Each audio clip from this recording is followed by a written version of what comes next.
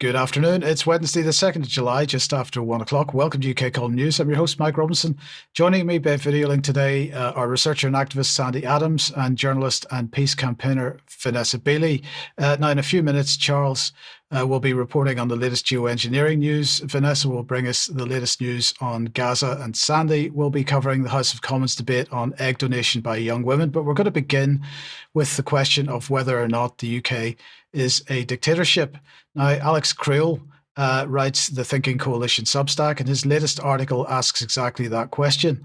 Now, the latest reason, or at least the latest reason why the question arises, is that the text of the "What Does an MP Do" page on the UK Parliament website has changed at some point in the last couple of weeks.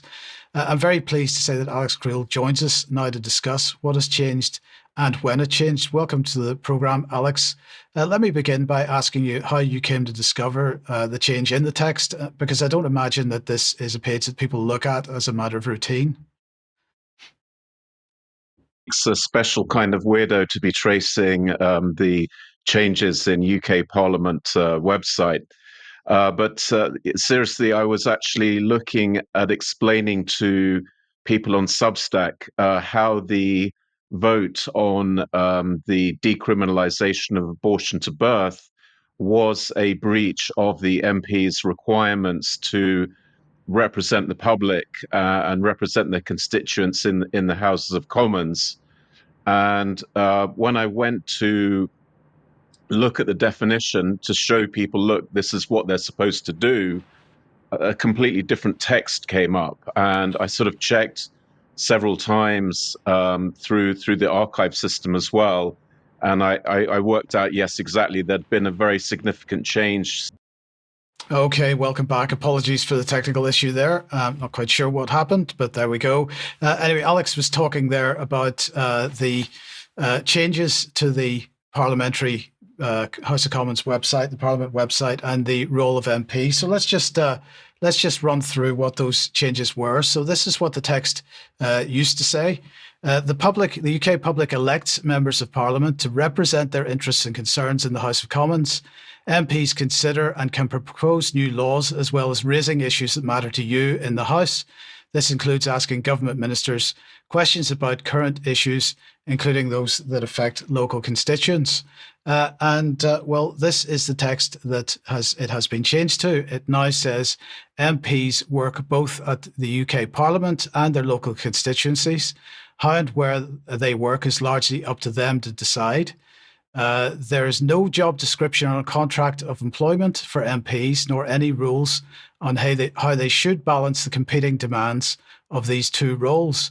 However, MPs must abide by standards of conduct, rules, and conventions. So this is quite a change. And in fact, Alex, all mention of elections and representation have been removed from the page as a whole. And just as bad as that, MPs' constituency work seems to be considered as a second role to whatever they do in Parliament from now on. So what's your take on this? Why have they made this change? Well, I think the first thing is to recognise that this change has obviously been made very deliberately. These things don't get done by accident.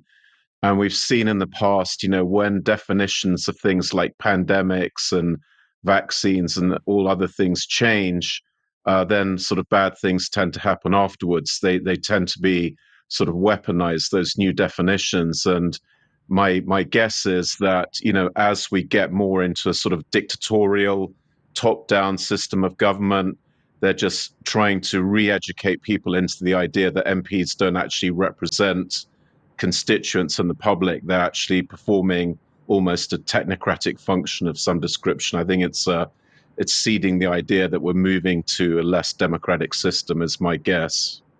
Well, I mean, I've argued for a long time that the role of MPs has already changed in the sense that rather than representing constituents' views in Parliament, they tend to represent policy views to constituents. And often we see a massive disparity between the comments made in the House of Commons by an MP and what may be said by people on social media or whatnot. There seems to be a disconnect in general, but this is taking it even further by removing the idea of an electorate, of elections from the definition. That seems like a pretty dangerous precedent to be, or certainly a dangerous direction to be heading in. Yeah, completely agree. And I mean, the reason I stumbled into it is trying to explain how Parliament managed to approve abortion to birth, which is something that, I mean, every survey I've seen says 90+% of the survey respondents oppose. I was trying to explain, well, how is this even remotely possible? And as you said, it's happening more now that the parliamentary vote is, I mean, it's totally at odds with the views of the electorate, and it's very dangerous. And then to find in the meantime, as I was doing that research, that actually their job description had also been changed was very sinister. So I agree, and it's been like that. I think it's getting worse, and it's been like that since politicians start setting their global agendas somewhere outside the UK. As soon as you get into these 2030, 2050, you're already suggesting that democracy in country is not that relevant because the big plans are set elsewhere over multiple election cycles. And in fact, in the current climate, of course, the war agenda as well, they are taking no notice of whether there is any support for that policy whatsoever. Yeah, there was quite a famous. I looked at it. There was a sort of non-binding resolution of Parliament to call for peace, which was also supported by the overwhelming majority of people in surveys. And as you said, Parliament voted against that non-binding, kind of meaningless, to be honest, resolution to call for peace in Gaza a couple of years ago. And as you said, you see it all the time in these decisions. The parliamentary action is diametrically opposed to what people want as expressed in surveys and what have you. No, it's interesting that we've asked the House of Commons media team for a statement about this, but so far they've not responded. That's perhaps not surprising. Of course, we'll update everyone if they do, but are you shocked by the fact they haven't provided a response to this issue yet?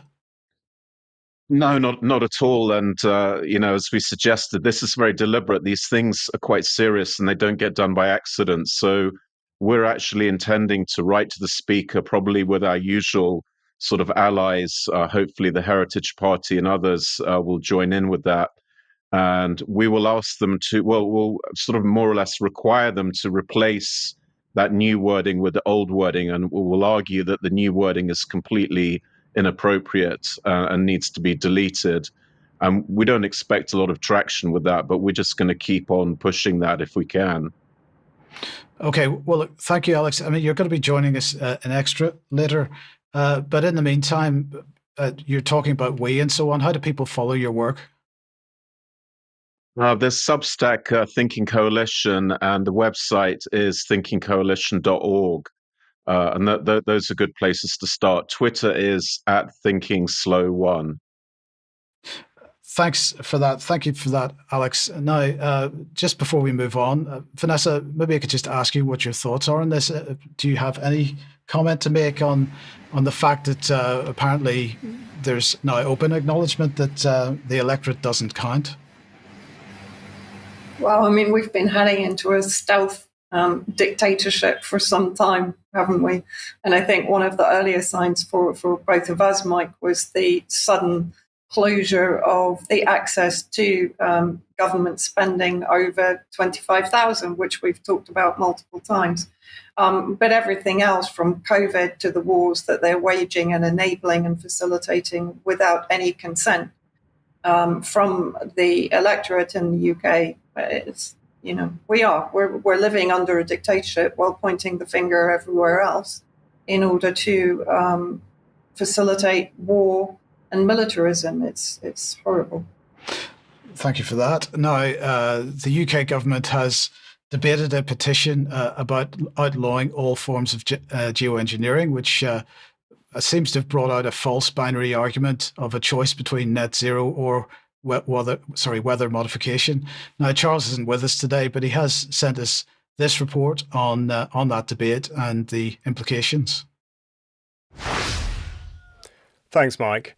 Geoengineering brought back into the public square by this recent petition on the subject of geoengineering, make all forms of geoengineering affecting the environment illegal, signed by 160,000 people, rather more than in fact, and therefore to be debated in the House of Commons. Now, in order to ensure that all present would be on the same page, the House of Commons Library produced a briefing document about this in which they were keen to make the various points that whilst there had been funding for modelling research to understand the potential impacts of solar radiation management deployment, which is effectively treating the sky with chemicals in order to reflect the sun's rays, or at least so the theory goes, that it wasn't actually going to be happening. There is also a clause about what they call chemtrails. They say the term chemtrails refers to unsupported theories that the long-lasting trails of condensation, sometimes left in the sky by aeroplanes, brackets, contrails, close brackets, are produced by the deliberate spraying of certain chemicals into the atmosphere. So the debate itself took place on the 23rd of June, and this was led by Ros Savage, who was keen to concentrate not so much on what she described as being natural methods of geoengineering, such as planting woodlands and encouraging growth of peat bogs, etc. But she also lumped in with that carbon capture, which is certainly not in any way natural. But what she was keen to talk about was the unintended consequences of technology such as SRM. She said that humanity does not have a good track record on this. Our weather systems are immensely complex, interconnected, and not well understood. Altering sunlight could potentially disrupt monsoons or shift jet streams or trigger droughts in some regions whilst causing floods in others. Of course, she's quite right to point this out. And Angus MacDonald went on to make the point that mains gas at the moment is 6 pence per kilowatt hour, whilst renewable energy is selling at 24 pence per hour. So again, he was highlighting the point that, frankly, this situation at the moment is simply untenable on economic grounds. Nick Timothy significantly asked about ARIA, the Advanced Research and Innovation Agency, and the fundamental point of his question was to ask, why would you fund something when you say you're not going to do it? The response from the Permanent Undersecretary Climate, who's Kerry McCarthy, said that ARIA was conducting cautious, controlled research aimed at improving the understanding of SRM risks and impacts, but it is not deploying SRM technologies. I say again that its research will not release any toxic materials, nor will it alleviate the urgent need for increased decarbonisation efforts. There is no substitute for decarbonisation, which is why we are pressing on with our missions for clean power and net zero. Now, the fundamental question remains unanswered, which is why would you research something if you're absolutely not intending to practice it?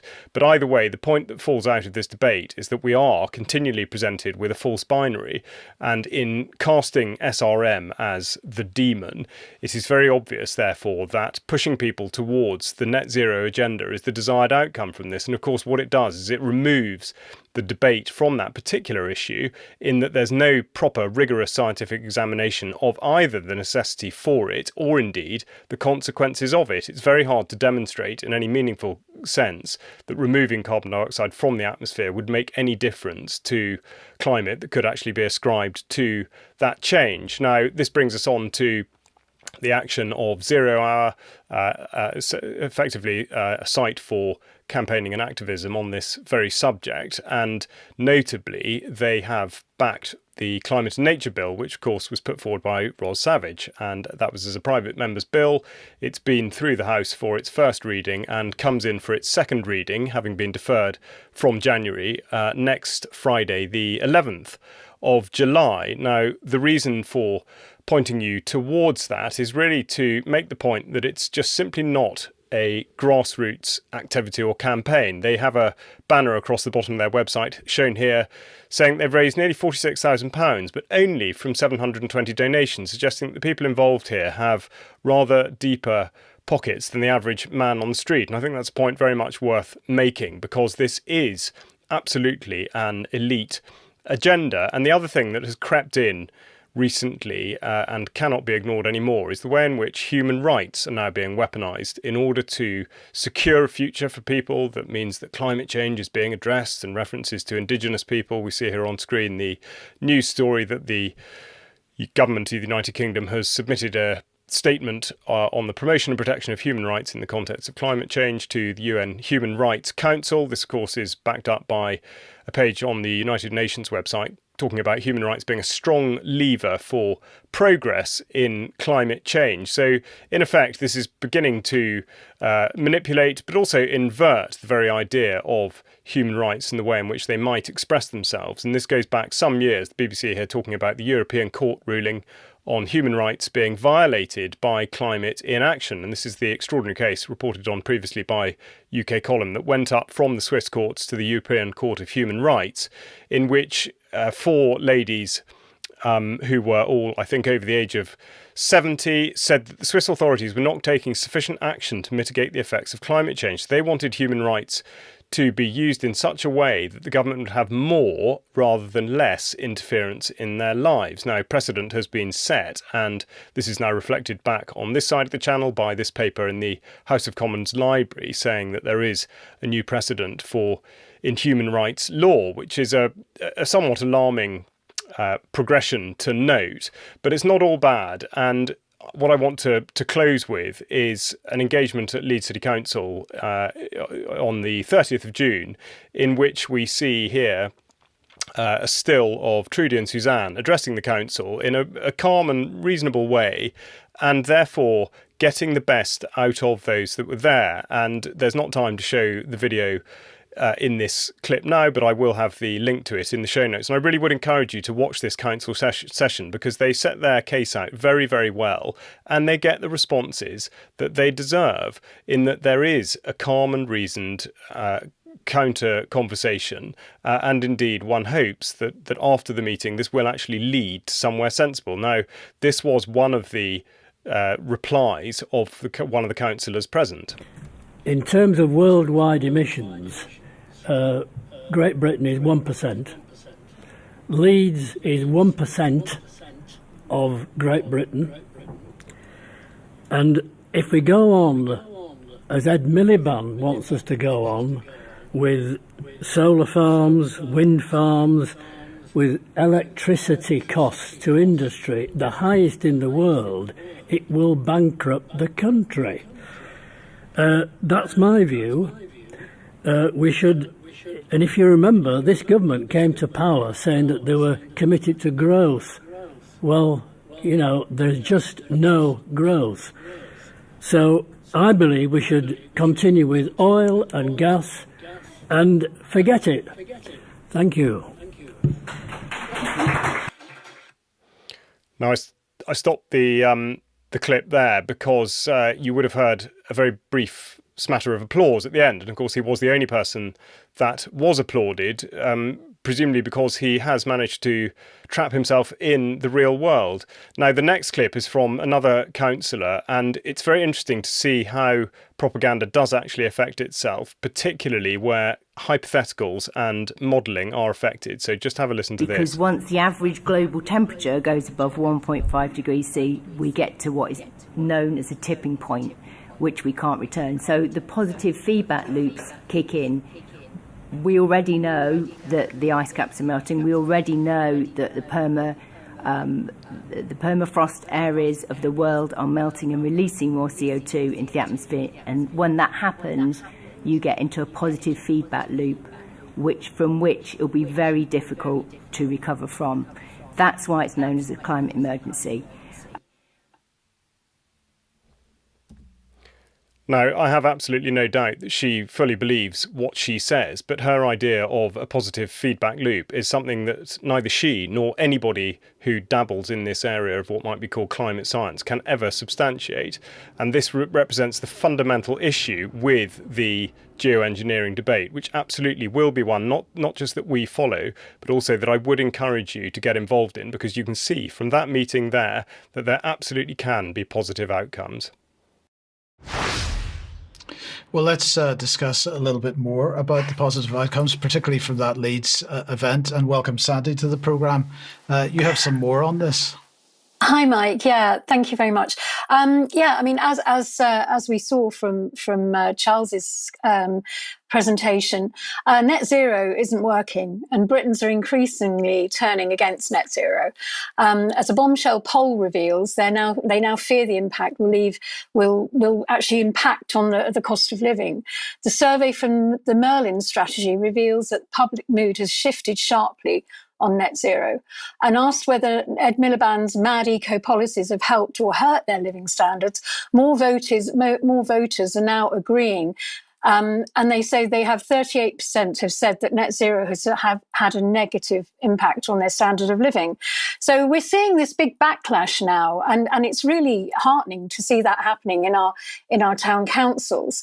The survey really suggests that people are looking now at nuclear energy. And Charles's clip from the Leeds meeting from Neil Buckley particularly endorses this fact that people are losing. They're losing the whole narrative pro net zero. They're really winding it back. Now, I do have a clip from that same meeting with Suzanne Henderson and Trudy from UKCitizen.org. I can't stress how important UK Citizens' work is. They have downloadable legal packs on their website to help you challenge your local council. And then it's amazing. It's put together by Jane Lord, who's a lawyer, who is part of UKCitizen.org. Amazing team they are. Do please look at UKCitizen.org and challenge your council, because you're not alone. People are doing it now. Now, Trudy mentions the gunning principles in that same video and how they were not adhered to in consultations for massive solar farms occupying precious farmland. And she also mentions that in Pembrokeshire Council, they've recently moved their climate emergency to review, as they're no longer confident that it was the right decision to make, which is really encouraging. So it was really good to see so many councillors agreeing with her on that clip. Anyway, we couldn't show it all, but as Charles said, it's in the show notes. So let's just look at Suzanne Henderson speaking at Leeds about predictions that didn't happen. Thank you. Let's also reflect on a few predictions that never came to pass. In 1970, scientists warned of a new ice age by the 21st century. In 1988, NASA's James Hansen predicted parts of Manhattan would be underwater by 2008. A 2001 IPCC report suggested snow would become rare in the UK by 2020. In 2008, scientists forecasted an ice-free Arctic by 2013. We've heard some terms evolve too, from global cooling in the 70s to global warming and finally climate change, when warming failed to match the projections. Right now, net zero is losing credibility, not just in the UK, but around the world. Germany has shut down wind farms over cost and inefficiency, and Audi is shifting back to diesel. Public confidence is waning, as shown by the growing support for reform. So we ask, will you continue to support and allow these large-scale projects to go ahead without challenge, even when they may not serve the public interest? So, that was Suzanne Henderson from UKCitizen.org. And do go on their website, challenge your council. Thank you. Thank you, Sandi. Thank you for that very much. Now let's move on to international news. And while things remain quiet with respect to Iran, at least in the meantime, Israel continues the operation in Gaza. What's the latest, Vanessa? Well, an uptick in the genocide against Palestinians in Gaza. The first video just shows a very recent, in the last 48 hours, a bombing of the Al-Baka Cafe on the coastal zone of Gaza. So let's just have a quick look at the video.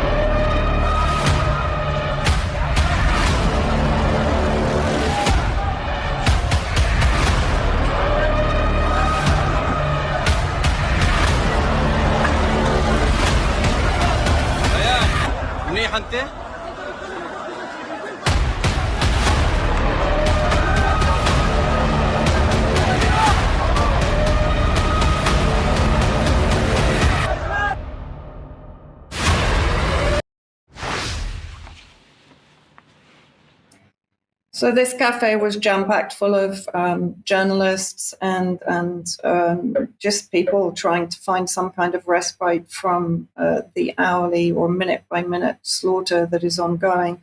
One particular journalist, Bayan Abu Sultan, was among the dozens injured. We can just see the picture of her up on screen. This was her yesterday. 25 people, at least, were killed, and many others, of course, were injured. And this is indicative of what Israel is doing, and it's targeting particularly of journalists, but not only journalists. So in the last 24 hours, this has been reported on X this morning, 105 Palestinians killed in the last 24 hours alone. Palestinian artist Frank Amina al-Salmi was murdered by the Zionist airstrike on Al-Baka Cafe in Gaza City on the 1st of July. She drew a portrait of herself a few weeks before she was killed. So let's just have a look at the portrait that she drew of herself. This was her last painting. And on the right is her last moment. And I have to say that when I was in Gaza in 2012, during the Israeli aggression, I personally worked with a team that were gathering testimonies from families who'd particularly lost children in the Zionist aggression. Every single family told me that the child had some kind of premonition of their death on the day that they were killed. In addition to the starvation, the blockade, the everyday slaughter, now we discover, according to many reports in local media, drugs have been found hidden in flour bags distributed by the US-backed aid group that, of course, was created by Israel in order to control the supply of food and aid to the people, or in other words, to use it as a lethal weapon and use it as a lure to bring people in to be killed.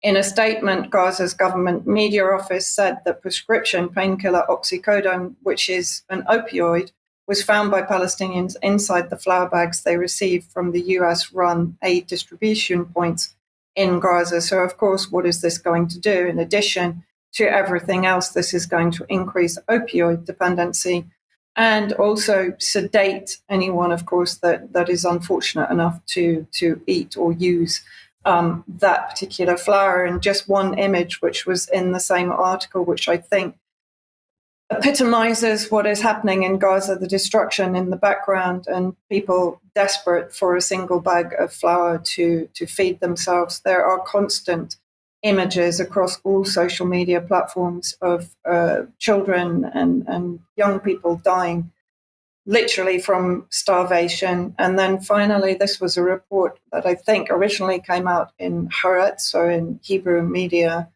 killing fields, the Israeli soldiers ordered to shoot unarmed Palestinians at the aid sites, the GHF sites. So what does it actually say? This is testimony from one of the soldiers who describes it as a killing field. Where I was stationed, between 1 and 5 people were killed every day. They're treated like a hostile force. No crowd control measures, no tear gas, just live fire with everything imaginable. Heavy machine guns, grenade launchers, mortars. Then once the center opens, the shooting stops and they know they can approach. Our form of communication is gunfire. So basically what they say they're doing is in the morning, they're shooting to prevent a buildup of crowds, and in the evening to disperse the people from the aid centers. And of course, they're slaughtering Palestinians in the process. Okay, Vanessa, thank you for that grim report once again. It is tragic, but we are going to talk much more about this in Extra as well. So anyway, in the meantime, if you like what the UK column does, you would like to support us, please have a look at the front page of the UK column website. There is a link there to do that. Now, yesterday's interview with Will Keat is now up. This was Ben speaking to Will Keat on constitutional issues, is now up on the UK column website. It's entitled The Natural Order. Do have a look at that if you possibly can. Ivor Cummins is the guest on Germ Warfare tonight at 7 p.m.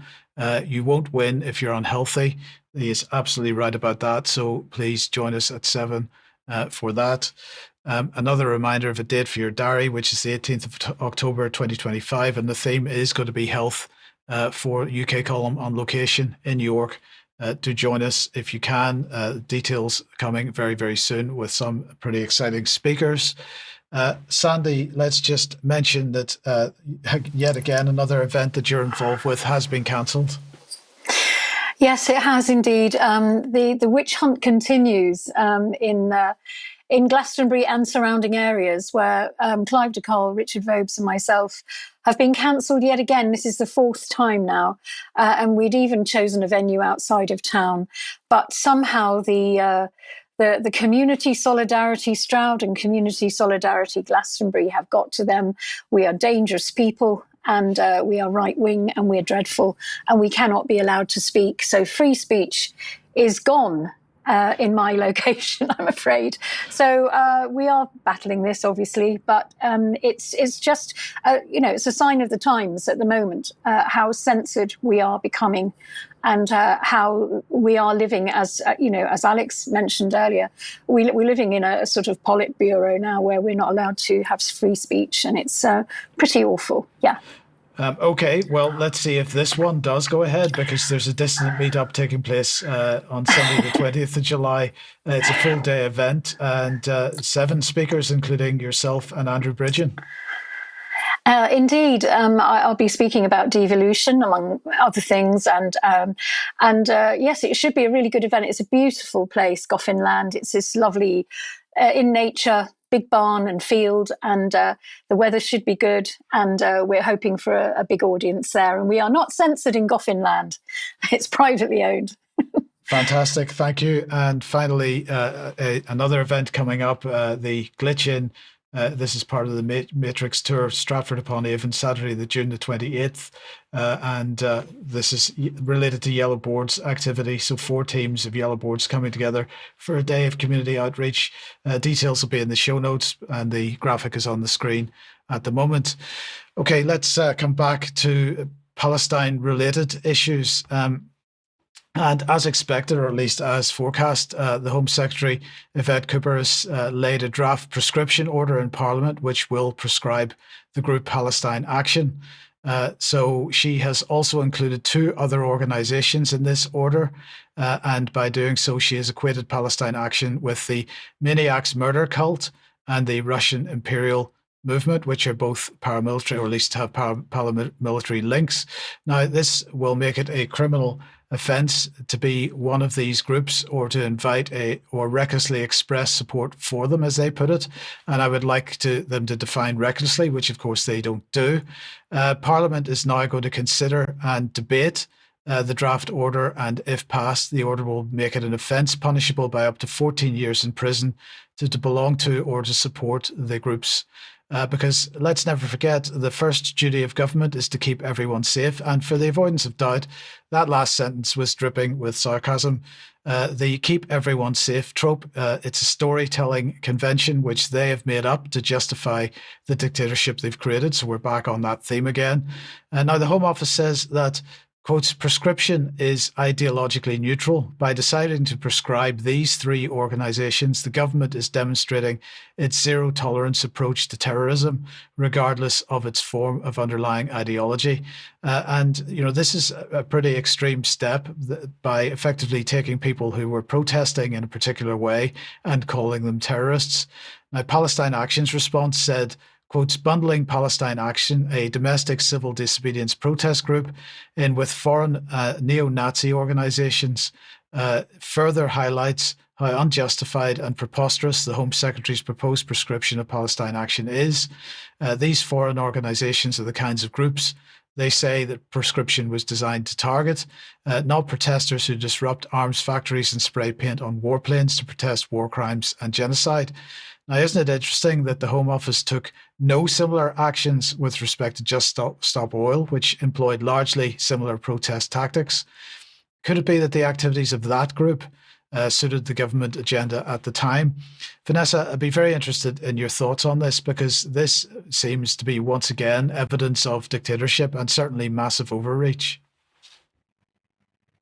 Yeah, I was interested to see in the government statement text that they talk about violence and serious criminal damage, while, of course, the British government is enabling violence and serious criminal damage to Gaza and to the occupied territories of Palestine, not to mention Syria and the rest of the region, where the UK has, through its militarism and proxy forces, destroyed much of the region. And then the fact that Palestine Action, which is protesting genocide that is enabled by the British government, is conflated with neo-Nazi groups or white supremacist groups, which is the Russian monarchist group. While, again, the UK is supporting neo-Nazis in Ukraine. So it's, as you said, Mike, it's dripping with hypocrisy. And I mean, it's just becoming insane. We're becoming little Israel rather than little Britain, as far as I can work out. Yeah, well, that's a reasonable point to make. Alex, I'm going to hijack you here because I realize I haven't primed you for this question, but I just wonder if you've got any thoughts on this. Yeah, I mean, militarism is bad news, and as I said in that sort of non-committal vote on peace, that's what people wanted here right at the beginning of the Gaza conflict, and Parliament just voted that proposal down. It's the same thing. They just keep pushing these forever wars, and we know Johnson scuppered the Istanbul talks in April 2022. I don't believe anybody in the UK essentially would support that move. You know, the protagonists have agreed a outline peace agreement, and it's the UK Prime Minister that goes in and destroys it. I don't believe there's any support for that kind of activity, but that's what the government does. They are warmongers. Thank you, Alex. Okay, Vanessa, let's come back to you then. We've talked about Gaza, but you've been hinting or in fact going much further than hinting for quite some time now, that the likelihood of serious trouble in Lebanon. What's related to the Syria situation? What's the latest on that? Yeah, so first of all, let's just play this video and I'll talk over it. So these are Takfiri elements controlled by Jolani, or Ahmed al-Sharaa, as he's now known, as the unelected president of Syria, backed by the UK and US coalition, and of course by Israel. These are basically gathering to take up position on the border with Lebanon. If we have a very quick look at the map of Lebanon, I've pointed out there the red arrows down to the east of the Lebanese border with Syria, as effectively the two top arrows are where these Takfiri elements, most of them the foreign fighters, so the Uyghurs and the Chechens and the Afghans and so on, that have been sent to these borders in the northeast and the east of Lebanon. And then in the southeast, of course, we have the Israeli encampment on Mount Hermon, which is effectively on Syrian territory, but as you can see, overlooks as far as Beirut on a good day.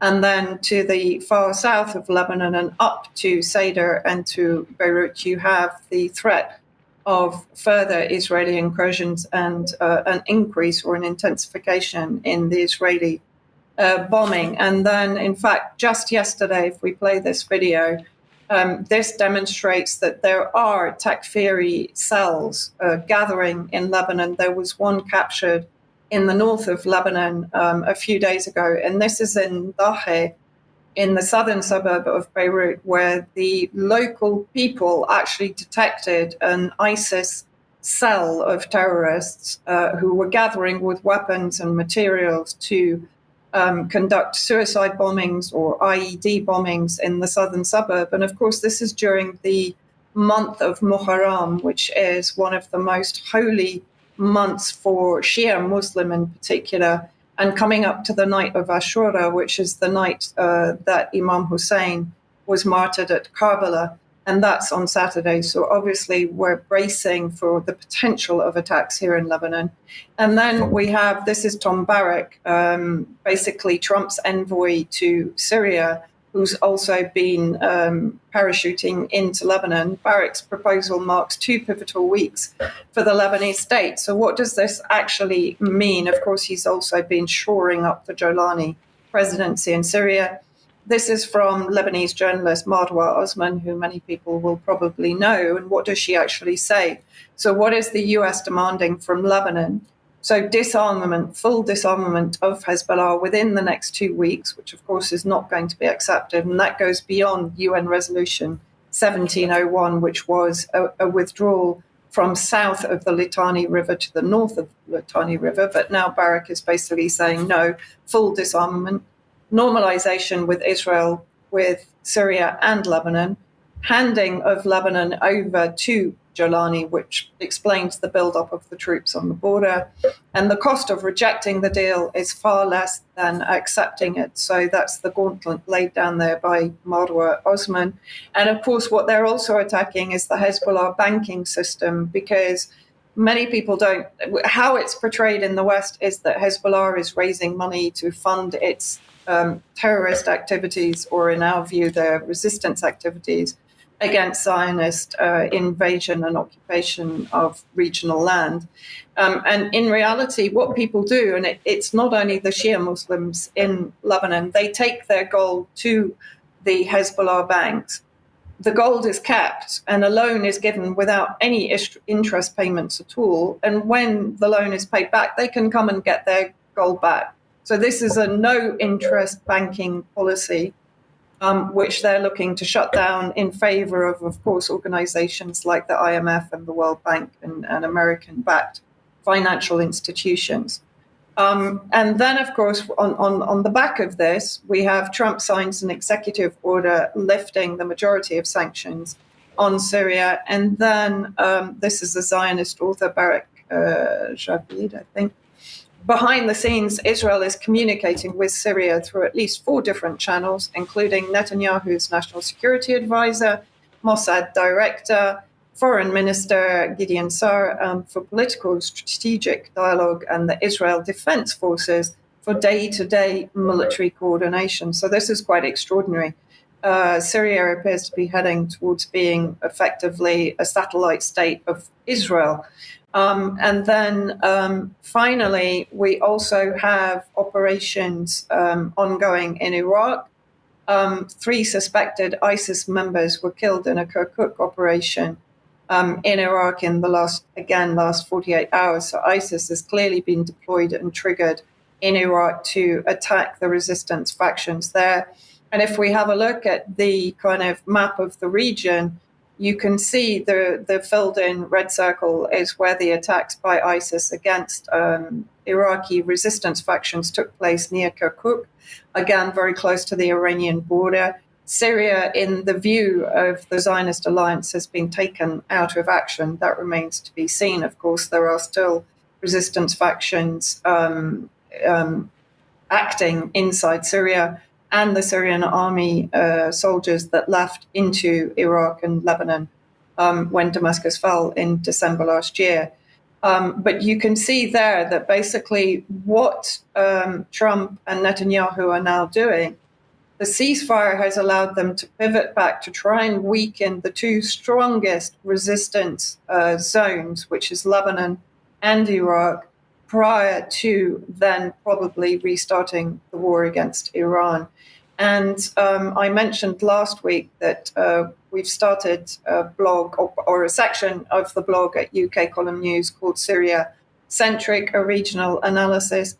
And this week I'll be looking at the Iranian-backed Ring of Fire and all of the resistance factions that would be activated should there be a restart of aggression by Israel and the US alliance against Iran. And that should be published and up at the website tomorrow.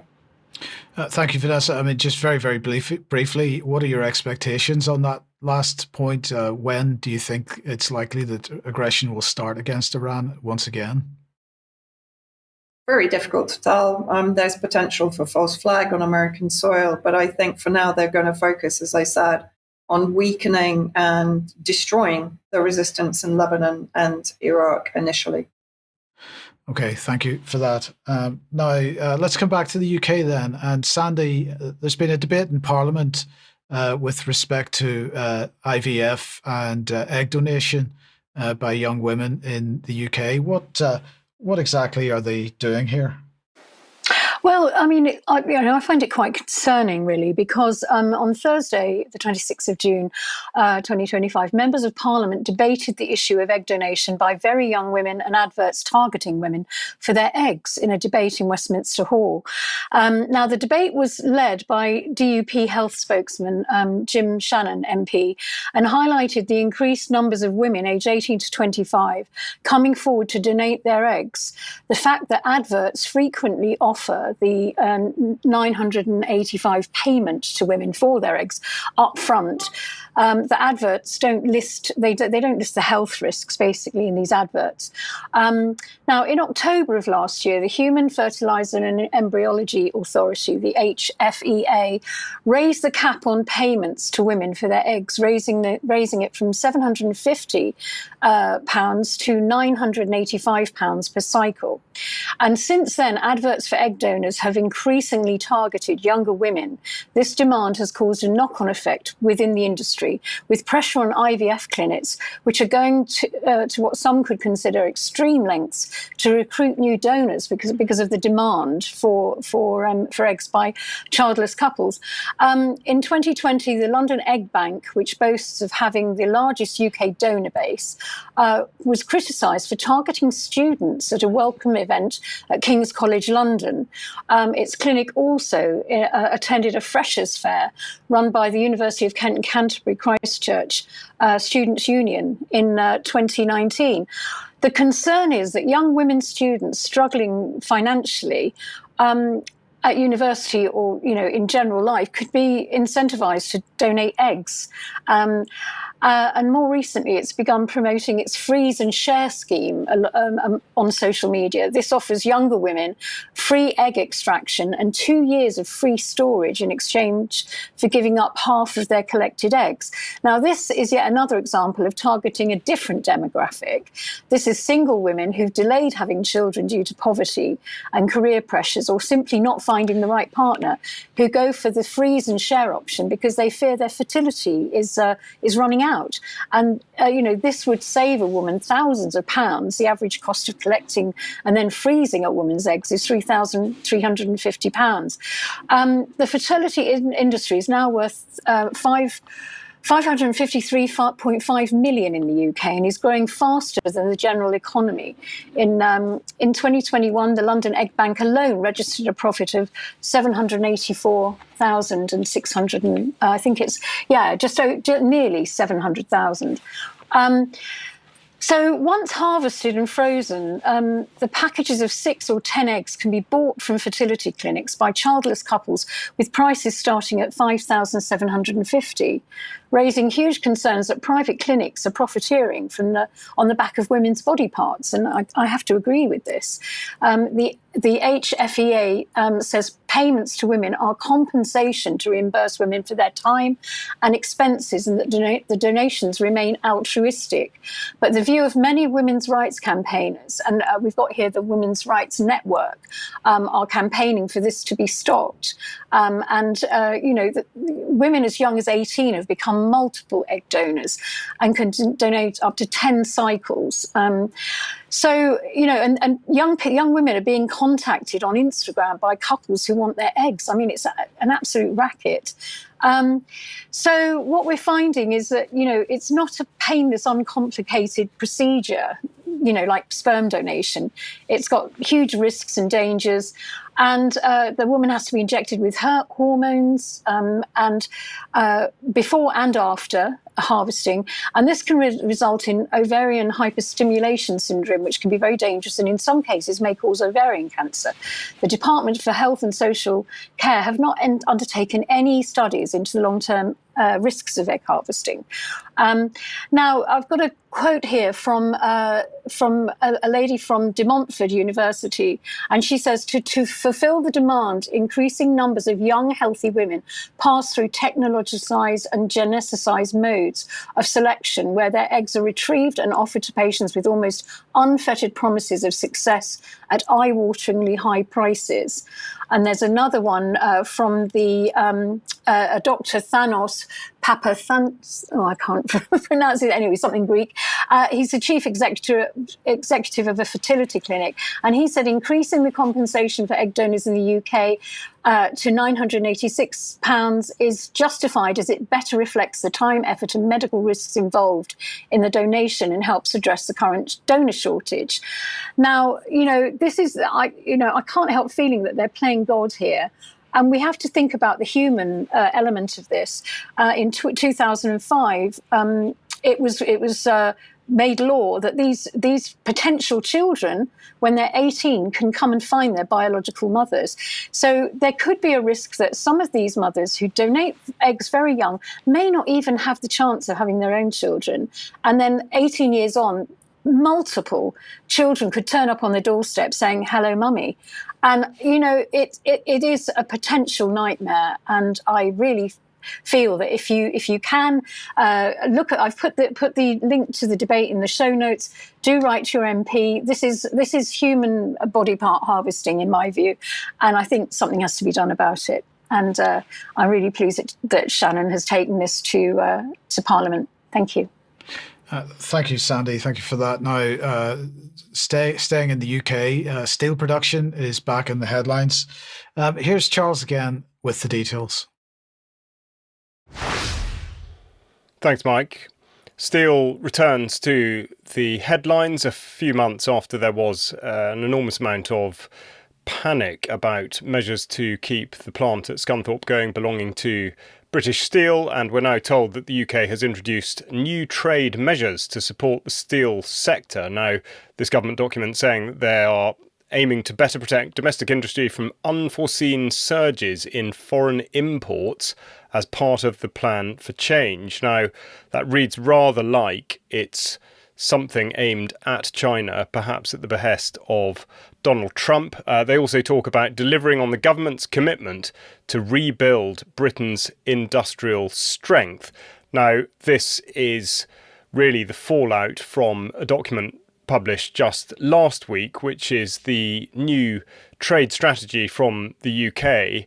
And really the most significant parts of it, if any of it is to be taken at face value, is really to look where it's come from and what its aims are. And of course, in fact, when you read that the Prime Minister and the Chancellor are committed to growing the economy and decarbonising our businesses and infrastructure, the entire aim looks completely untenable because, of course, those two things would appear to be in conflict with one another. Now, pulling the strings behind the scenes here is Poppy Gustafsson, Baroness Gustafsson as she now is, the Minister of State for Investment. And the reason that she's worth mentioning is that she was parachuted into the House of Lords for this particular role, coming from the cybersecurity company Darktrace. And of course, Darktrace was in the headlines last year for the bizarre coincidence of the deaths of its founders, Mike Lynch and Stephen Chamberlain, within hours of each other in very strange circumstances, one might say, but also because of Gustafsson's links to GCHQ, among others, and indeed her critical place in pushing AI for the government. And I think noteworthy at this point to mention that Darktrace's motto, let's say, on their website is cybersecurity that learns you. Now, what that has to do exactly with British Steel at the moment perhaps is less than clear, but the emergency legislation has quite clearly changed the direction of British Steel. We're looking at their website now, and they have a news item from the 19th of June saying there's been a £22 million project to enhance UK infrastructure and national security supported by British Steel. So, of course, they're now saying on their website that their primary goal is to deliver strategic, environmental and economic resilience for key strategic areas of the UK manufacturing economy, including defence, transport and energy. Now, this is under the banner of something called Ignite, which stands for Indigenous Green Steel for Net Zero Innovation, Technology and Enterprise. Now, this is a big change of direction for British Steel, and it does absolutely reinforce the point that the government have very much changed the way in which this industry is going to be able to operate. And this is in collaboration with Swansea University, exploring how cutting-edge university research can accelerate industrial decarbonisation. This word again, which really doesn't seem to fit with manufacturing as we think we know it. Now, this is only really a brief look at what has been going on. There's a lot more detail to go into, particularly concerning the situation with trade relations in the United States and the history going back to the recent tariff situations, the sort of tariff wars instigated by Trump. Now, for more of an update on this, please go to the UK Column website and look out an article I wrote entitled The Steel Trap, which will give you further detail on this. And of course, this does form a very key part of where we are set against the Strategic Defence Review and indeed the National Security Strategy, because the effort here is to link everything together in order to coordinate the population and effectively give the government carte blanche to do things under the banner of national security. Well, thank you very much to Charles for that. And we're going to end the programme today. Back to Sandi. Well, what's James Dyson been up to? Well, I wish he'd stick to hoovers. I mean, I once had one of his hoovers, and it was the most overly engineered piece of equipment I've ever had. And I feel the same way about what he's doing in the UK right now. He's just launched his new Future of Food vertical growing system in Carrington in Leicestershire this week. It's a 26-acre glass structure, a Ferris wheel that's 5.5 metres high, sort of like a big rotating rig with optimised LED light exposure with robotics, UV pest control, climate automation, all singing, all dancing, technocratic nightmare, I call it. The point is that this is a technocratic takeover of our farming, into corporate hands. So I've got a video here of what the way he sees the future of farming.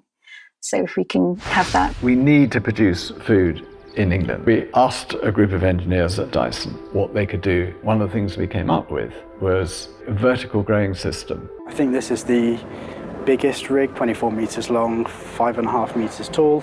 Each wheel's 500 kilograms. It's like having a child. Every single bolt I've got a relationship with.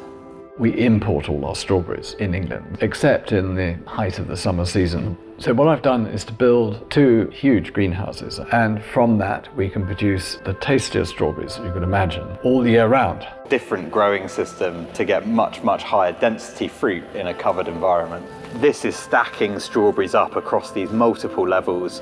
The challenge you then get is light levels and shadowing and making sure that the leaf and the leaf canopy gets enough sunlight to really develop. Make sure every plant gets the maximum natural energy from the sun so we can use as little energy as possible, supplementing that with the LED lights. How can we make it more efficient? What technology can we bring in that will improve the quality, the taste of the food, use the land better so that we can invest further and make a difference to farming? Got a very high accuracy CO2 sensor, relative humidity and temperature, and then on the top there, this is the apogee power sensor. So that detects only the wavelengths that the strawberry plant is interested in, and then we know how much we need to top up with our artificial light. We get a 2.5 times uplift in the output of the greenhouses. This vertical growing system will allow farmers to produce the very best food in England and make Britain more secure in its own food production. We've got wonderful land and we should be able to grow everything we eat. Well, I don't know what you feel about that, but when our farmers are being dispossessed of their land and the natural resources like soil and sun are being covered with renewable energy centres and data centres, we've got this artificial, unnatural way of farming, which I'm sure those strawberries look particularly nutrient deficient to me. And the whole thing is very expensive to run. It's madness, yeah. Thank you, Sandi. Well, I'm quite sure we'll talk about that in extra. There's lots to discuss today. We are out of time for now, though. I'm going to say sorry again for the technical issue at the beginning of the programme. So we're running a little bit late at the moment, but we'll be back in a few minutes if you're a UK Column member for UK Column News Extra. Alex Kriel will be sticking with us for that. So do join us in a few minutes. Otherwise, we will see you on Friday, as usual, at 1 p.m. See you then. Bye-bye.